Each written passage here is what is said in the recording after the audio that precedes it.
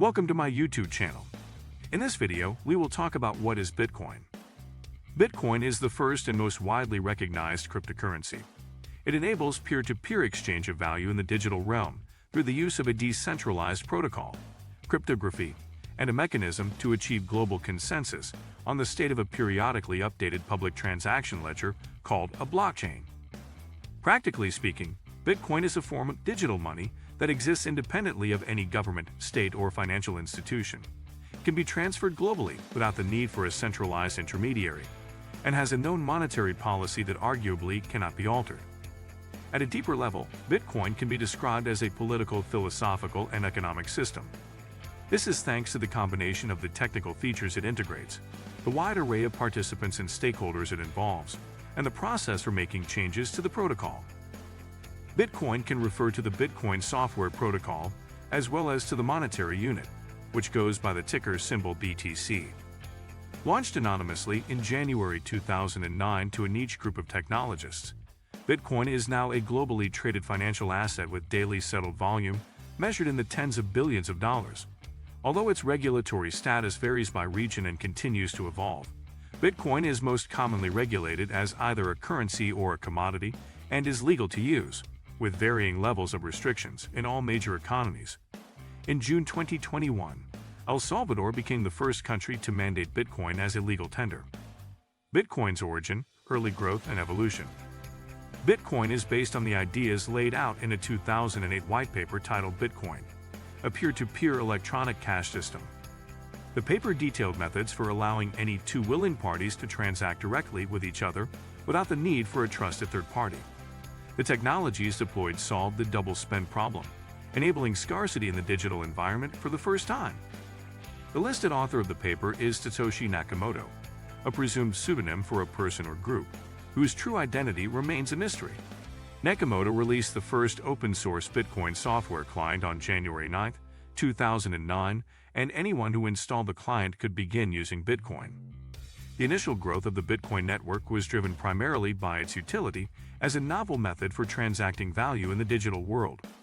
Early proponents were by and large cypherpunks, individuals who advocated the use of strong cryptography and privacy-enhancing technologies as a route to social and political change. However, speculation as to the future value of Bitcoin soon became a significant driver of adoption.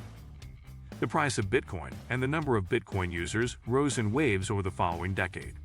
As regulators in major economies provided clarity on the legality of Bitcoin and other cryptocurrencies, a large number of Bitcoin exchanges established banking connections, making it easy to convert local currency to and from Bitcoin. Other businesses established robust custodial services, making it easier for institutional investors to gain exposure to the asset as a growing number of high-profile investors signaled their interest. What is Bitcoin used for? At its most basic level, Bitcoin is useful for transacting value outside of the traditional financial system.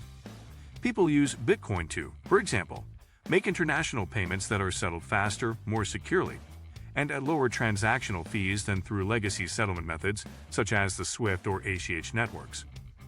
In the early years, when network adoption was sparse, Bitcoin could be used to settle even small value transactions, and do so competitively with payment networks like Visa and MasterCard, which in fact settle transactions long after the point of sale. However, as Bitcoin became more widely used, scaling issues made it less competitive as a medium of exchange for small value items. In short, it became prohibitively expensive to settle small value transactions due to limited throughput on the ledger and the lack of availability of second-layer solutions. This supported the narrative that Bitcoin's primary value is less as a payment network and more as an alternative to gold or digital gold. Here, the argument is that Bitcoin derives value from a combination of the technological breakthroughs it integrates, its capped supply with built-into-the-code monetary policy, and its powerful network effects. In this regard, the investment thesis is that Bitcoin could replace gold and potentially become a form of pristine collateral for the global economy. Another popular narrative is that Bitcoin supports economic freedom. It is said to do this by providing, on an opt-in basis, an alternative form of money that integrates strong protection against 1. Monetary confiscation, 2. Censorship, and 3. Devaluation through uncapped inflation. Note that this narrative is not mutually exclusive from the digital gold narrative. Bitcoin's basic features: decentralized. Nobody controls or owns the Bitcoin network, and there is no CEO.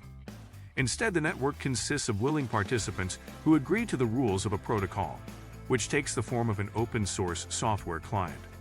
Changes to the protocol must be made by the consensus of its users, and there is a wide array of contributing voices including nodes, end users, developers, miners, and adjacent industry participants like exchanges, wallet providers, and custodians.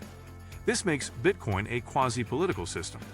Of the thousands of cryptocurrencies in existence, Bitcoin is arguably the most decentralized, an attribute that is considered to strengthen its position as pristine collateral for the global economy.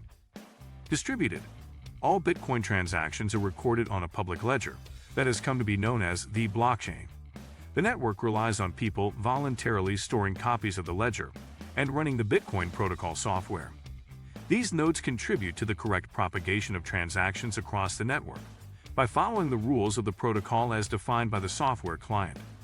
There are currently more than 80,000 nodes distributed globally, making it next to impossible for the network to suffer downtime or lost information.